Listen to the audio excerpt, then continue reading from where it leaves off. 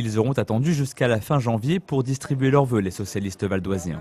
Dans la foule, il y a ceux qui ont réussi leur année 2010, ceux qui ont peut-être évité les tracas pour 2011, et bien sûr les 19 candidats pour les cantonales, en première ligne pour garder le conseil général à gauche. En chef de file, Didier Arnal entend miser sur son bilan de ces 3 dernières années, mais aussi sur un contexte plus national. L'enjeu national va jouer pour une raison simple. Au jour d'aujourd'hui, il y a 2 catégories de candidats dans cette élection. Il y a ceux qui sont là pour continuer des politiques et faire fonctionner des services publics de proximité. C'est les candidats que je représente. Et il y a ceux qui sont pour liquider les conseils généraux et qui sont élus pour 3 ans et s'organiser en quoi? En syndic de liquidation des départements. Il faudra qu'ils s'expliquent devant les Valdoisiens. Dans le viseur des socialistes valdoisiens, la réforme territoriale donc prévue pour 2014.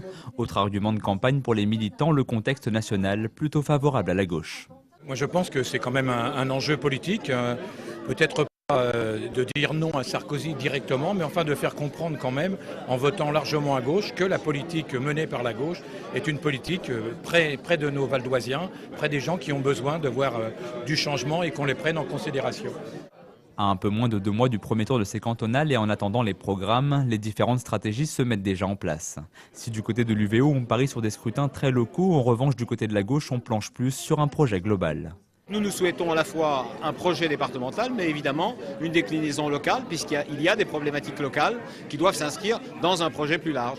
Et ça, la droite, elle, entend municipaliser quand elle tient les municipalités, ou bien stigmatiser certains de nos maires sortants. Pour les militants, adhérents, élus et candidats, ces cantonales doivent être une première marche.